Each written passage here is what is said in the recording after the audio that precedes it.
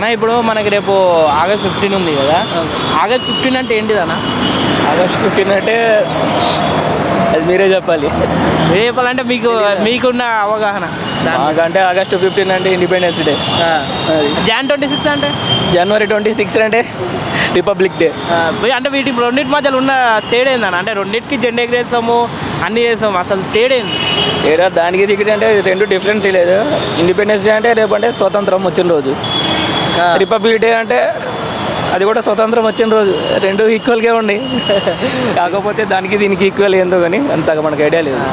ఏం లేదన్న, ఇప్పుడు ఆగస్ట్ 15 అంటే మన ఇండిపెండెన్స్ డే, అంటే మనకు స్వతంత్రం వచ్చిన రోజు. జనవరి 26 అంటే రిపబ్లిక్ డే అన్న, మన కాన్స్టిట్యూషన్ ఏర్పడ్డ రోజు. అట్లా అంటే ఇప్పుడు మీకు నార్మల్గా మనకి ఇన్స్టా ఇన్ఫ్లుయెన్సర్స్ ఎవరైనా తెలుసా అన్న? తెలుసు.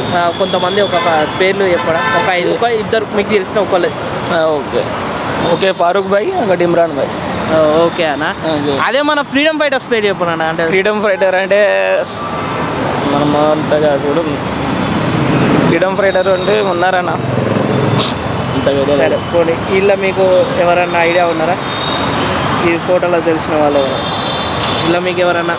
ఓకే, మహాత్మా గాంధీ, చా నెహ్రూ, భగత్ సింగ్, ఇంకా దాని తర్వాత ఝాన్సీ రాణి.